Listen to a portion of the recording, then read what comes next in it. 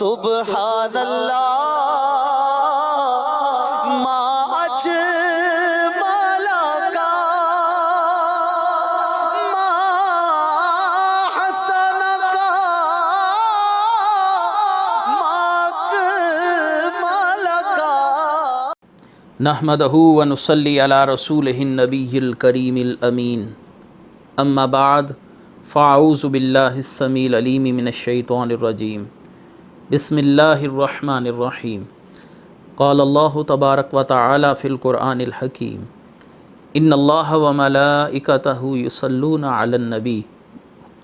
یا ایہا الذین آمنوا صلوا علیہ وسلموا تسلیما الصلاۃ والسلام علیک یا رسول اللہ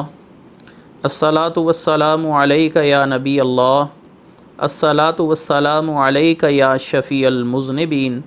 وعلی آلک و اصحابک یا رحمۃ للعالمین۔ اللہ تبارک و تعالیٰ کی بے حد و حساب حمد و ثنا نبی مکرم جان عالم حضرت محمد مصطفیٰ صلی اللہ علیہ وآلہ وسلم آپ کے جمیع آل و اصحاب کی بارگاہ ناز میں درود و سلام کے نذرانوں کے بعد، سامعین عزیز وقار، میرے دینی اور یقینی دوستو، بزرگوں، بھائیوں، اللہ تبارک و تعالیٰ کے بے حد و حساب فضل و کرم سے نبی کریم صلی اللہ علیہ وسلم کی سیرت مبارکہ کے دروس کا تسلسل جاری و ساری ہے، جس میں ہم نے آپ کے سامنے نبی کریم صلی اللہ علیہ وآلہ وسلم کی زندگی کے تمام اہم پہلوؤں اور آپ صلی اللہ علیہ وسلم کی زندگی کے تمام اہم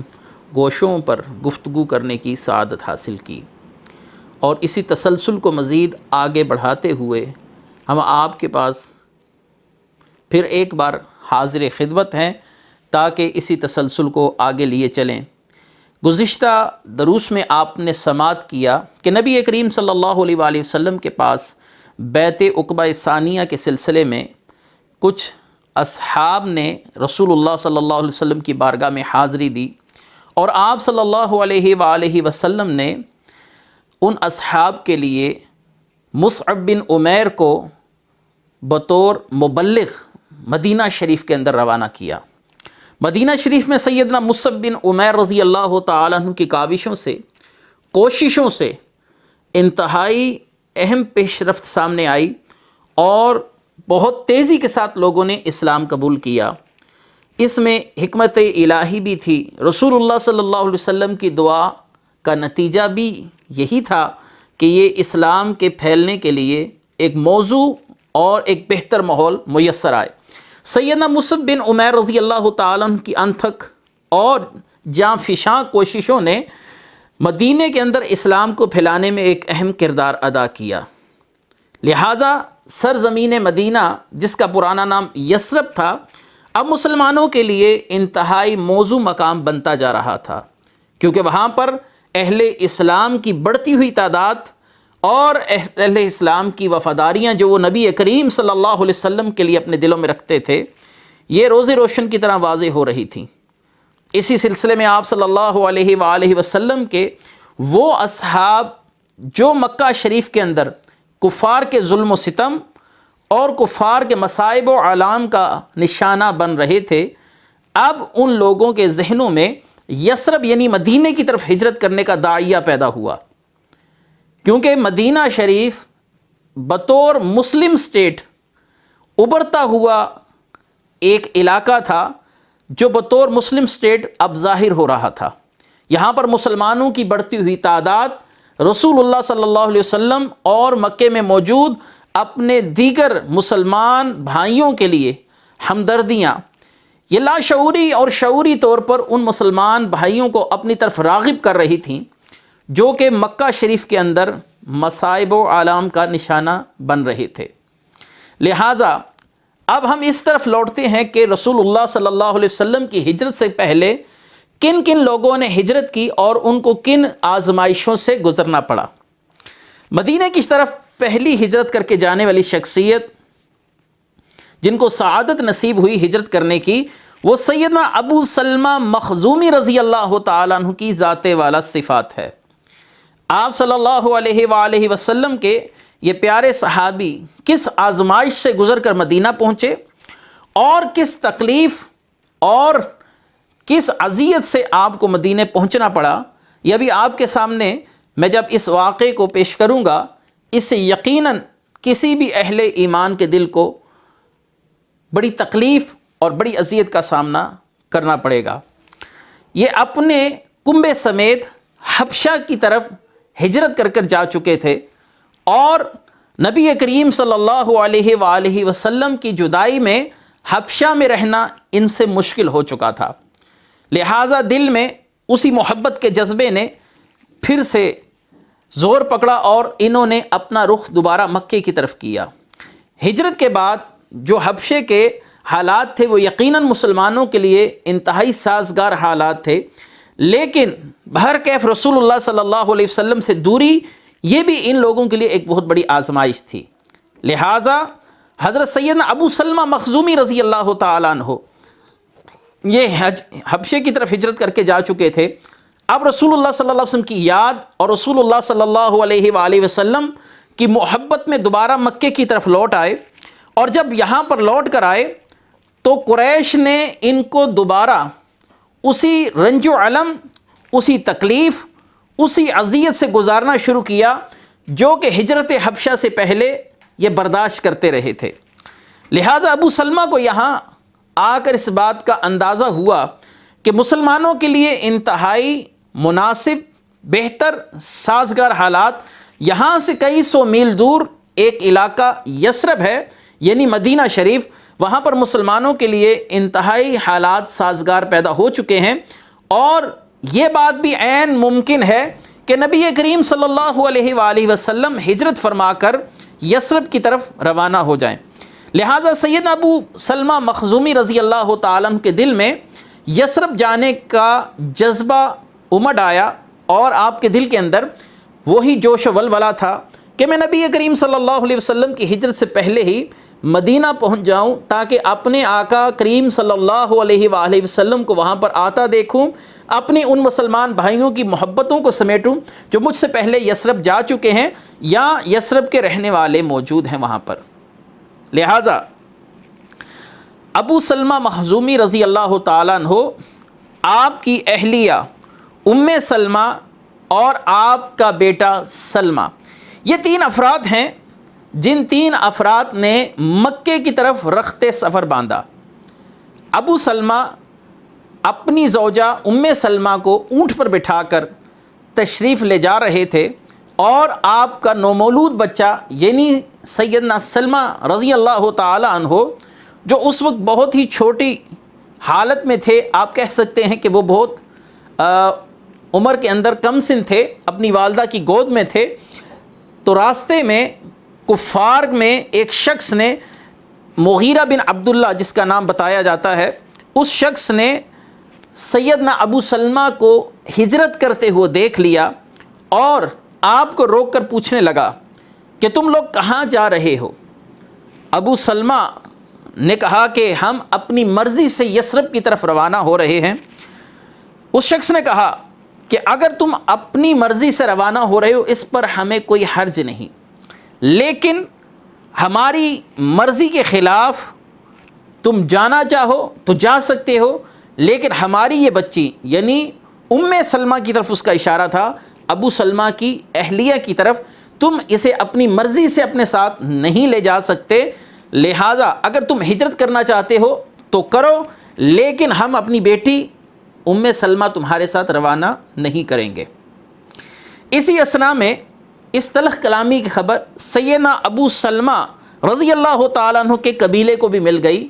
اور اس قبیلے کے افراد بھی اس مقام پر آ پہنچے جس مقام پر ابو سلمہ اور اس فرد کے درمیان تلخ کلامی کا سلسلہ جاری تھا۔ لہذا ابو سلمہ کے قبیلے کے لوگوں نے کہا ٹھیک ہے، تم اپنی بیٹی اپنے ساتھ لے جاؤ یعنی ام سلمہ کو، اور ہم اس نومولود بچے کو قطعاً اس کی ماں کے پاس نہیں رہنے دیں گے، اسے ہم اپنے ساتھ لے جائیں گے۔ یعنی یہاں پر صورتحال کچھ یوں بنی کہ ابو سلمہ تنے تنہا رہ گئے، ان کے قبیلے نے ان کے بیٹے کو اپنے پاس رکھ لیا، اور مخالفین نے ام سلمہ کو اپنے پاس رکھ لیا۔ مجبوراً سیدنا ابو سلمہ کو اکیلے ہی ہجرت کرنی پڑی۔ ام سلمہ پر قیامت گویا ٹوٹ پڑی ہو، اور ان کی حالت یوں تھی کہ شوہر یثرب جا چکے ہیں اور بیٹا ایک قبیلے والے اپنے پاس لے جا چکے ہیں، اور یہ خود تنے تنہا ایک مقام پر بیٹھی روتی رہتی تھی۔ بعض مورخین نے یہ بات بھی لکھی ہے کہ ام سلمہ پر ظلم و ستم بھی کیا گیا، اور انہیں 1 سال تک کافی اذیتوں سے اور مصیبتوں سے گزرنا پڑا، اور آپ اکثر اس مقام پر جا کر گریہ فرماتی جس مقام پر آپ کے شوہر ابو سلمہ اور آپ کا بیٹا سلمہ آپ سے جدا ہوئے تھے، اور اکثر کہا کرتی کہ یہ وہ مقام ہے جس مقام پر میرا بیٹا مجھ سے چھین لیا گیا اور میرے شوہر کی جدائی کا غم مجھے سہنا پڑا۔ ہر روز ہر دن آپ کا یوں ہی گزرتا، اور ایک دفعہ یوں ہوا کہ آپ کا چچا زاد جو بنو مغیرہ سے تعلق رکھتا تھا، اس نے ام سلمہ کو اس مقررہ مقام پر بیٹھے ہوئے اور روتے ہوئے دیکھا تو اس کا دل پسج گیا، پریشان ہو گیا، اور اس کی خاندانی محبت نے جوش مارا، تو وہ سیدہ ام سلمہ کے قبیلے کے لوگوں کے پاس گیا اور ان سے کہنے لگا کہ تم لوگ کتنے ظالم ہو، ایک مظلوم عورت پر ظلم و ستم کر رہے ہو، تم اس عورت کو اس کے شوہر کے پاس جانے دو تاکہ یہ اپنی زندگی اپنی مرضی سے گزار سکے۔ یہ سن کر اس کے قبیلے والوں نے سیدہ ام سلمہ کو اپنے شوہر کے پاس جانے کی اجازت دے دی، اور آپ اپنا بیٹا لینے کے لیے اس قبیلے کے پاس گئیں جنہوں نے آپ کے بیٹے کو آپ سے جدا کر دیا تھا۔ بہرکیف آپ کو آپ کا بیٹا بھی مل گیا، اور آپ تنے تنہا اپنے اس نومولود بچے کے ساتھ، اس کم سن بچے کے ساتھ ایک اونٹنی پر سوار ہو کر مکے سے یثرب کی طرف روانہ ہوئی۔ ایک طویل سفر تھا، ایک مشقت بھرا سفر تھا، موسموں کی گرمی سردی، راستے کی پریشانیاں اور راستے میں پیش آنے والے دشوار گزار معاملات، یہ تمام کے تمام ام سلمہ پر بیتے، لیکن رسول اللہ صلی اللہ علیہ وسلم کی محبت میں آپ نے تنے تنہا ہجرت کی، اور آپ کی گود میں آپ کا ایک چھوٹا سا بچہ بھی تھا۔ اسے خوش قسمتی کہیے یا اللہ تبارک و تعالیٰ کی خفیہ تدبیر کہیے کہ جب آپ مقام تنعیم پر پہنچیں تو وہاں پر آپ کی ملاقات سیدنا عثمان بن طلحہ رضی اللہ تعالیٰ عنہ سے ہوئی۔ انہوں نے پوچھا، اے ابو امیہ کی بیٹی، آپ کا قصد کہاں کا ہے، آپ کہاں جا رہی ہیں؟ تو آپ نے ساری صورتحال ان کو بتا دی کہ میں اپنے شوہر کے پاس مدینہ شریف جا رہی ہوں۔ تو انہوں نے پوچھا، کیا آپ کے ساتھ کوئی اور فرد بھی ہے؟ آپ نے فرمایا، میرے ساتھ اللہ اور اس بچے کے سوا کوئی اور فرد نہیں ہے۔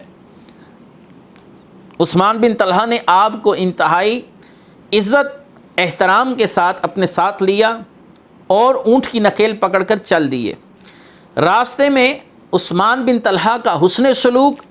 آپ کے ساتھ ان کا شفقت آمیز رویہ اور اسلام کے لیے ان کی جو محبت تھی، اس کا اثر یوں ظاہر ہوا کہ ام سلمہ اکثر فرمایا کرتی تھی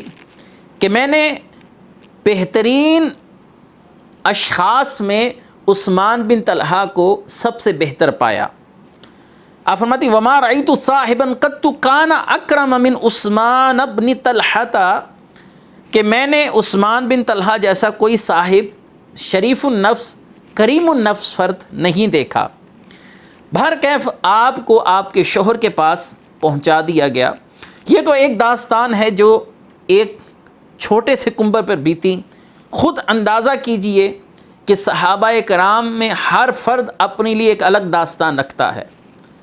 وہ تکلیفیں، وہ مصائب، وہ مشقتیں، وہ اذیتیں جو وہ کفاران مکہ سے اٹھا رہے تھے، اور اس کے ساتھ ساتھ اپنے گھر بار، اپنے عزیز و اقربا، اپنے بستے ہوئے گھروں کو، اپنے چلتے ہوئے کاروباروں کو چھوڑ کر مدینہ شریف کی طرف آنا، یقیناً یہی وہ بہت بڑا سبب ہے جس کی وجہ سے اللہ تعالیٰ نے مہاجرین صحابہ کو دیگر صحابہ پر فوقیت عطا فرمائی۔ بہرکیف سیدنا ابو سلمہ رضی اللہ تعالیٰ عنہ کے بعد عامر بن ربیعہ بھی اپنی رفیقہ حیات لیلہ بنت ابی حیثمہ کے ساتھ ہجرت کر کر مدینہ پہنچے۔ یہ سلسلہ تسلسل کے ساتھ جاری تھا۔ وقتاً فوقتاً صحابہ اکرام اپنے وطن، اپنی منقولہ اور غیر منقولہ جائیداد کو اللہ اور اس کے رسول کی محبت میں چھوڑ کر اپنی دولت ایمانی کو اپنے سینے میں سمیٹے ہوئے مدینہ کی طرف ہجرتیں کر رہے تھے۔ اور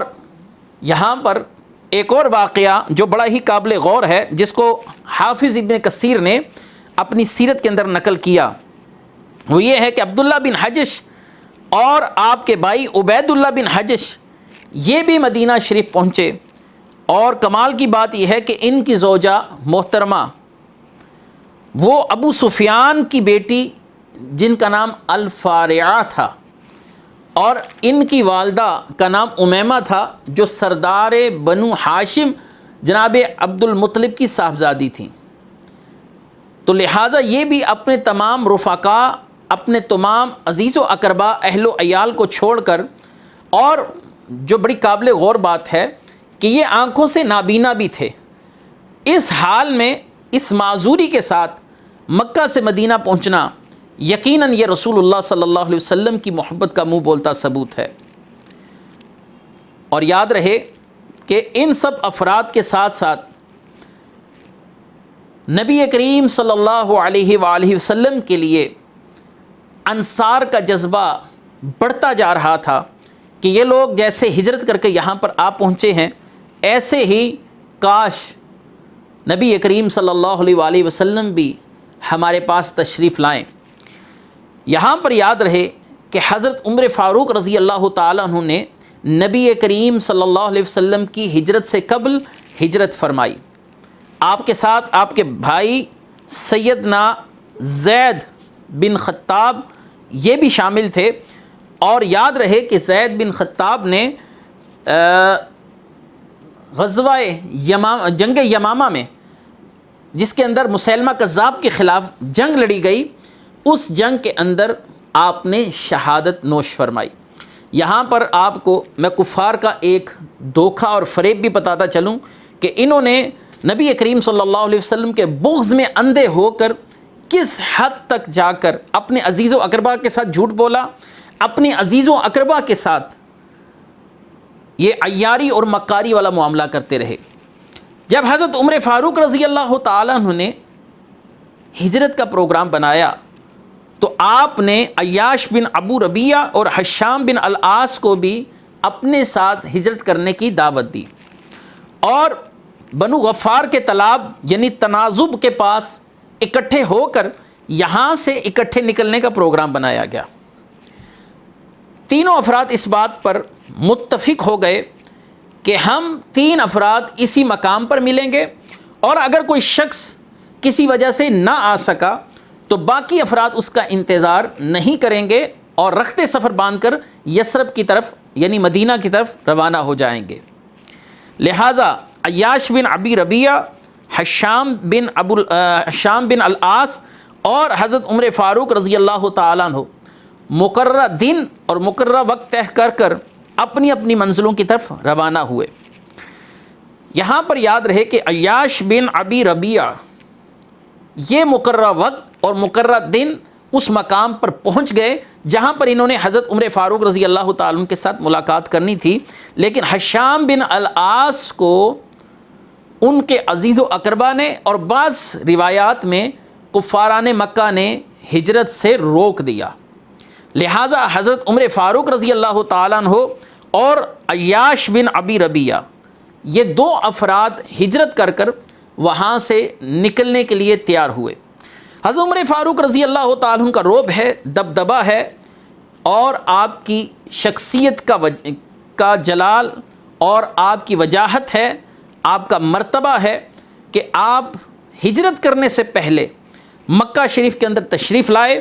اور آپ نے کفار کے سامنے اس بات کا برملا اظہار کیا کہ میں اس وقت مدینہ شریف ہجرت کر کر جا رہا ہوں، اگر کسی شخص نے یہ چاہا کہ وہ میرے ساتھ دست درازی کرے تو پھر اسے چاہیے اس سوچ کے ساتھ عمر کے ساتھ ٹکرائے کہ میں اس کی ماں کو روتا ہوا چھوڑ دوں گا، اس کے بچوں کو یتیم کر دوں گا اور اس کی بیوی بیوہ بننے کے لیے تیار ہو جائے، اور میں مقابلے کی دعوت دیتا ہوں، کون ہے جو مجھے روکے؟ کفار پر حضرت عمر فاروق رضی اللہ تعالیٰ عنہ کا رعب و دبدبا ایسا طاری ہوا کہ کفار کی مجلسیں اور حلقے اپنے اپنے مقامات پر موجود ہیں، لیکن کسی میں بھی اتنی جرت نہ ہوئی کہ وہ حضرت عمر فاروق رضی اللہ تعالیٰ عنہ کی گفتگو کا جواب دے سکے اور آپ کے چیلنج کو قبول کر سکے۔ چنانچہ آپ یثرب کی طرف روانہ ہوئے۔ حضرت عمر فاروق کے ساتھ عیاش بن ابی ربیعہ موجود تھے اور حشام بن العاص کو روک لیا گیا تھا، لہٰذا یہ دو افراد وہاں سے ہجرت کر کر مدینہ شریف پہنچے۔ یہاں پر ایک اہم واقعہ جو کفار کی فکر، کفار کی سوچ کو آشکار کرتا ہے کہ وہ رسول اللہ صلی اللہ علیہ وسلم کے بغض میں کس حد تک اندھے ہو چکے تھے۔ ابو جہل اور حارث کو جب پتہ چلا کہ عیاش بن ربیعہ ہجرت کر کے یثرب جا چکے ہیں تو یہ دونوں اسے واپس لانے کے لیے تعاقب کرتے ہوئے یثرب جا پہنچے اور عیاش بن ابی ربیعہ سے کہنے لگے کہ تیری ماں کو جب سے تیری ہجرت کا علم ہوا ہے اس نے نظر مانی ہے کہ جب تک تجھے نہیں دیکھے گی اپنے بالوں میں کنگھی نہیں کرے گی اور کسی سایہ دار مقام پر نہیں بیٹھے گی، سارا دن دھوپ میں جھلستی رہے گی، لہٰذا ہم تجھے واپس لینے کے لیے آئے ہیں۔ اے عیاش بن ابی ربیعہ، چھوڑ یثرب کی سرزمین کو، آ تجھے تیری ماں کے پاس ہم واپس لے چلیں۔ حضرت عمر فاروق رضی اللہ تعالیٰ عنہ صاحب فراست شخص تھے،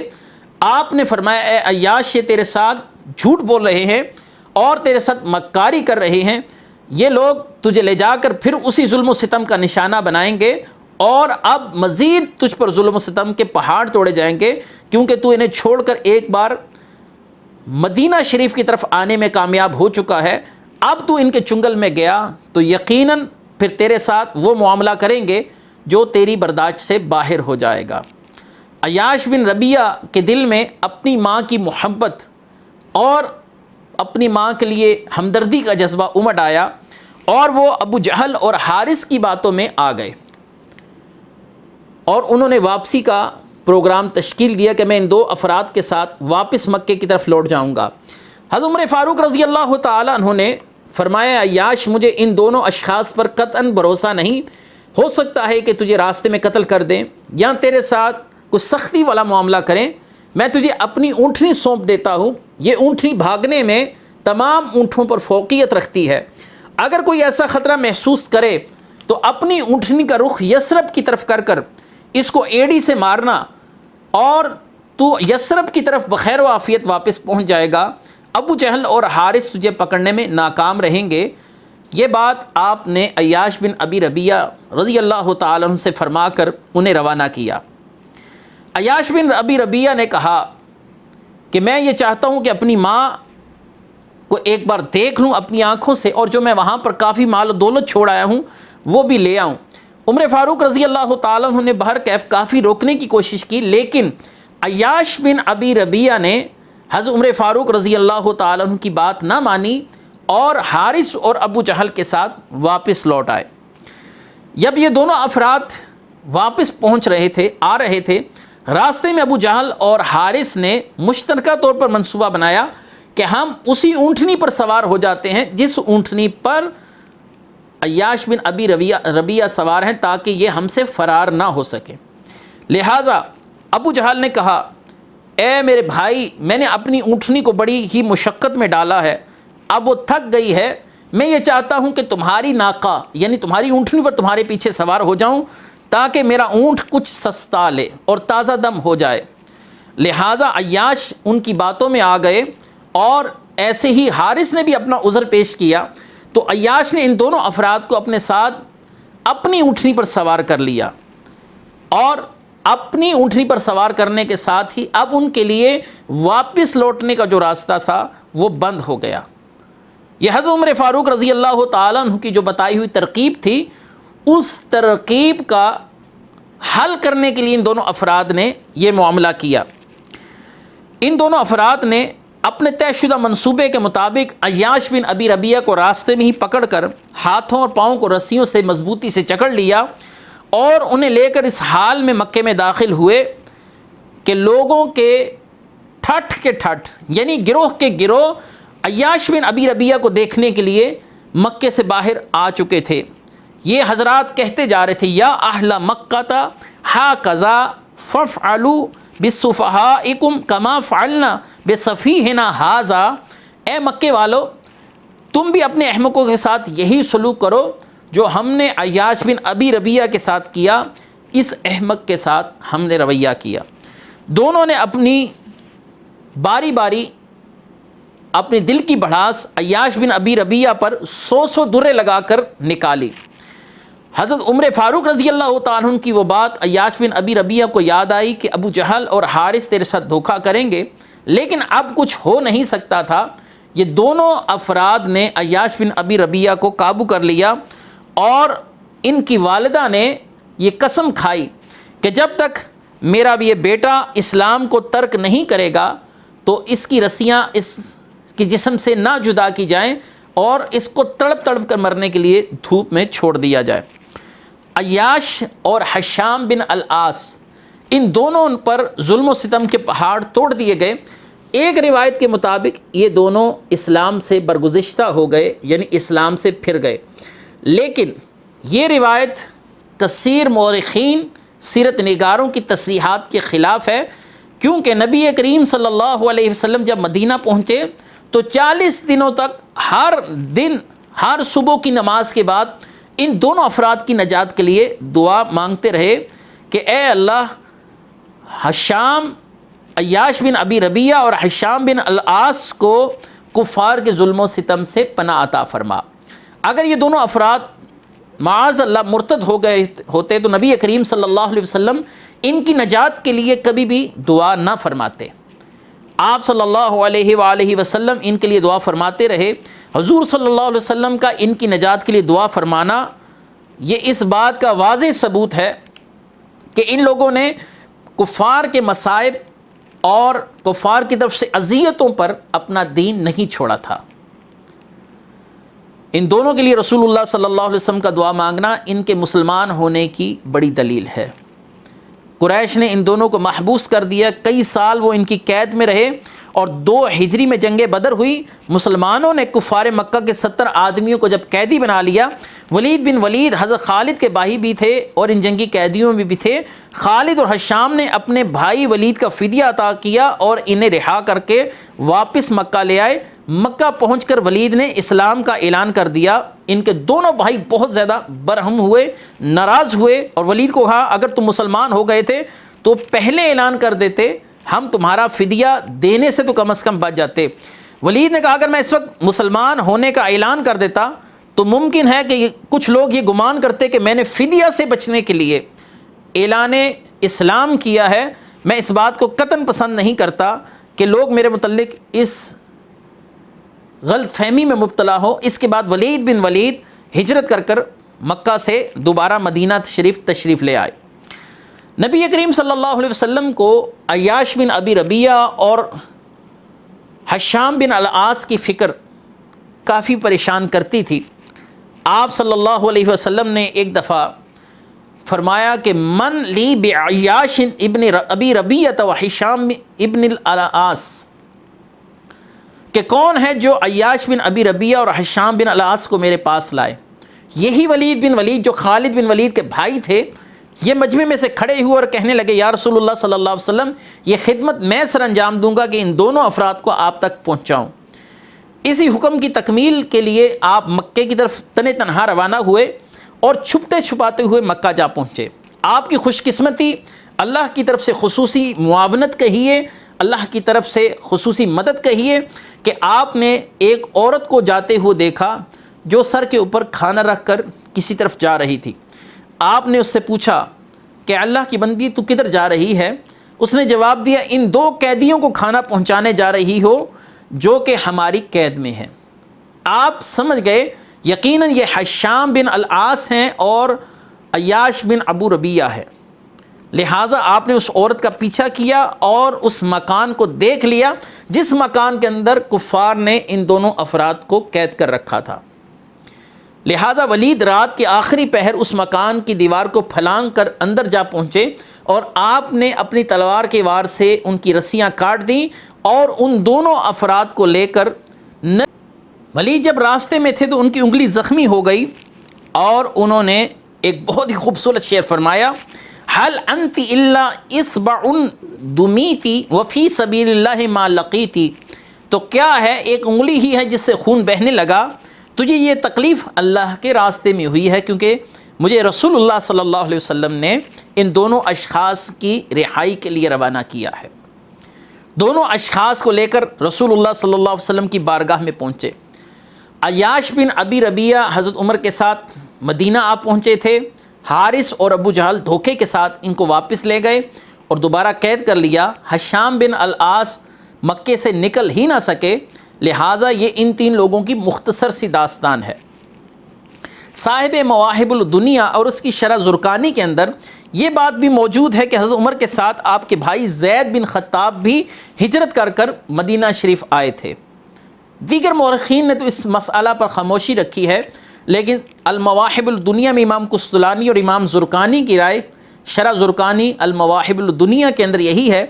کہ حضرت عمر فاروق رضی اللہ تعالیٰ عنہ کے ساتھ ان کی اس ہجرت کے اندر ان کے بھائی بھی شامل تھے جن کا نام زید بن خطاب تھا۔ یاد رہے کہ زید بن خطاب نے حضرت عمر فاروق رضی اللہ تعالیٰ عنہ کی اسلام قبول کرنے کی صورتحال سے پہلے اسلام قبول کر لیا تھا اور آپ کی شہادت بھی مسلمہ کذاب کے خلاف لڑتے ہوئے جنگ یمامہ میں ہوئی۔ حضرت عمر فاروق رضی اللہ تعالیٰ عنہ اکثر فرمایا کرتے تھے، اخی سبقنی الی الحسنیین اسلم قبلی واستشہد قبلی وحزن علیہ حزنا شدیدا، میرا بھائی ان دونوں نیکیوں میں مجھ سے زیادہ سبقت لے گیا، یعنی اسلام بھی مجھ سے پہلے قبول کیا اور شرف شہادت کو بھی مجھ سے پہلے قبول کیا، اور حضرت عمر فاروق کو ان کی وفات پر بہت زیادہ دکھ ہوا۔ حضرت عمر فاروق رضی اللہ تعالیٰ عنہ آپ کے دیگر احباب، آپ کے متعلقین بھی ہجرت کر مدینہ شریف پہنچ رہے تھے۔ یاد رہے کہ حضرت صہیب رومی رضی اللہ تعالیٰ عنہ بھی ان خوش قسمت مہاجرین میں شامل ہیں جنہوں نے اپنے عزیز و اقربا، اپنا مال، اپنا چلتا ہوا کاروبار سب چھوڑ دیا۔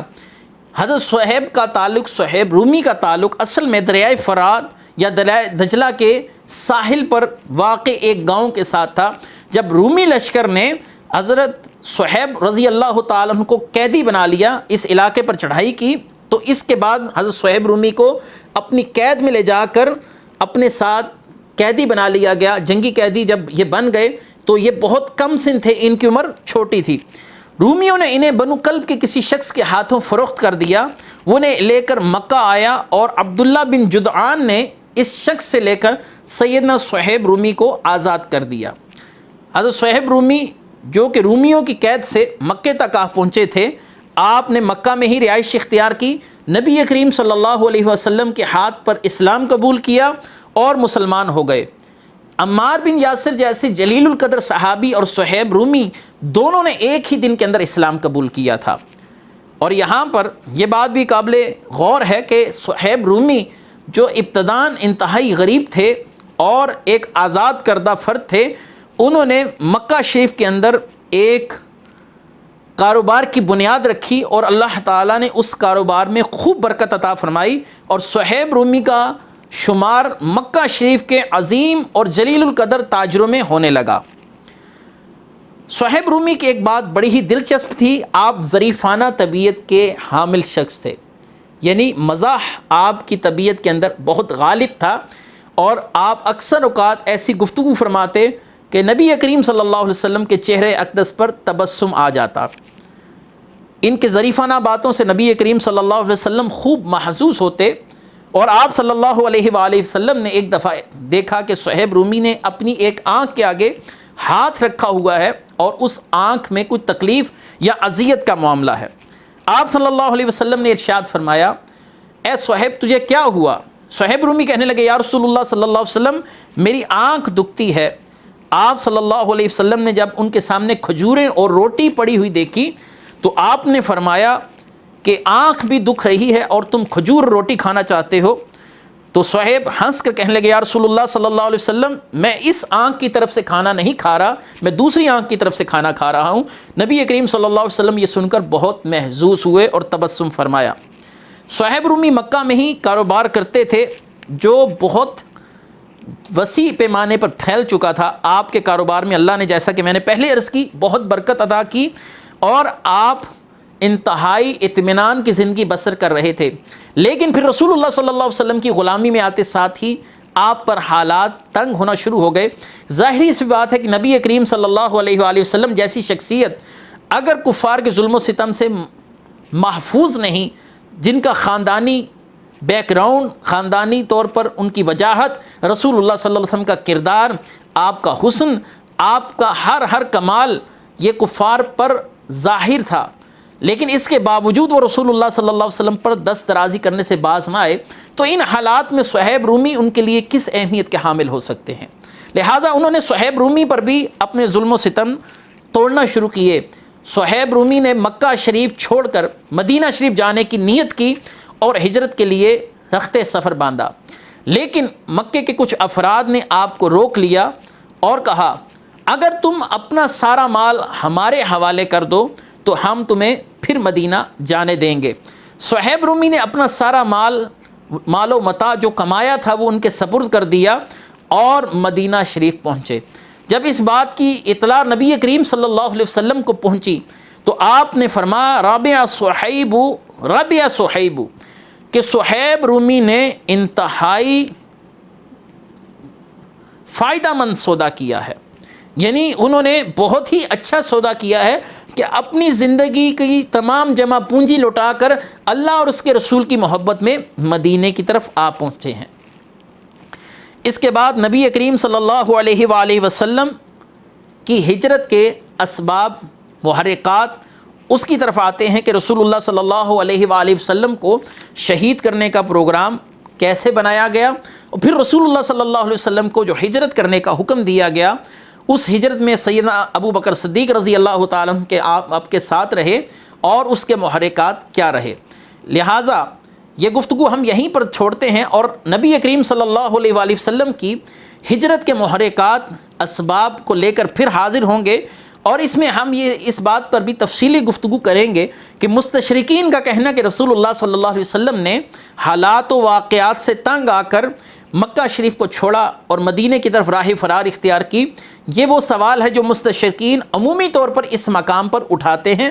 نبی کریم صلی اللہ علیہ وآلہ وسلم کی ہجرت پر کیا جانے والا یہ سب سے بڑا اعتراض ہے۔ انشاءاللہ العزیز ہم اپنے اگلے درس میں اس سوال کے جواب کے ساتھ بھی حاضر ہوں گے اور ان اسباب و محرکات پر بھی روشنی ڈالیں گے جن کے تحت آپ صلی اللہ علیہ وآلہ وسلم کو ہجرت کرنا پڑی۔ یہاں پر میں مختصراً اور اختصار کے ساتھ فقط اتنی بات ہی نقل کروں گا کہ نبی کریم صلی اللہ علیہ وسلم کا ہجرت کرنا یہ وہ واضح اور مشہور بات تھی جو یہود و نصارہ پہلے سے جانتے تھے کہ نبی آخر الزماں کی نشانیوں میں سے ایک نشانی یہ ہوگی کہ وہ نبی ذو قبلتین ہوں گے، دو قبلوں کی طرف رخ کر کے نماز پڑھیں گے اور وہ ہجرت فرما کر مدینہ شریف میں آ کر آباد ہوں گے۔ لہٰذا رسول اللہ صلی اللہ علیہ وسلم پر تو یہ اعتراض قطعاً نہیں کیا جا سکتا کہ آپ نے حالات سے تنگ آ کر راہ فرار اختیار کی۔ وہ شخصیت جس نے 13 سال انتہائی استقامت کے ساتھ مکے کے اندر رہ کر، شعب ابی طالب کی گھاٹی میں محصور رہ کر اور طائف کی وادیوں میں جا کر انتہائی تکلیف اور مصائب اٹھا کر اللہ تبارک و تعالیٰ کے دین کے لیے کوئی کسر اٹھا نہ رکھی، ایسی شخصیت کے لیے یہ کہنا کہ وہ چند لوگوں کے دباؤ کی وجہ سے مکہ شریف چھوڑ کر مدینہ کی طرف آ گئے، یہ انتہائی مضحکہ خیز بات ہوگی۔ نبی کریم صلی اللہ علیہ وسلم جیسی شجاع اور بہادر شخصیت تاریخ اسلامی میں، تاریخ انسانی میں کوئی دوسری نظر نہیں آتی۔ آپ صلی اللہ علیہ وآلہ وسلم اگر ایسی شخصیت ہوتی جن کو اپنی جان سے پیار تھا تو ایک خارجی طور پر ایک اور دلیل میں نقل کرتا چلوں کہ نبی کریم صلی اللہ علیہ وسلم نے احد کے میدان میں کئی کفار کے گھیرے میں گھر کر بھی کوئی پریشانی کا اظہار نہیں فرمایا۔ آپ اپنی تلوار یوں گھماتے تھے کہ کفار آگے لگ کر بھاگتے ہوئے نظر آتے تھے۔ صحابہ اکرام رضوان اللہ تعالیٰ علیہم اجمعین کے ساتھ ساتھ کفار بھی یہ کہہ اٹھے کہ ہم نے محمد صلی اللہ علیہ وسلم جیسا شجاع اور بہادر شخص نہیں دیکھا۔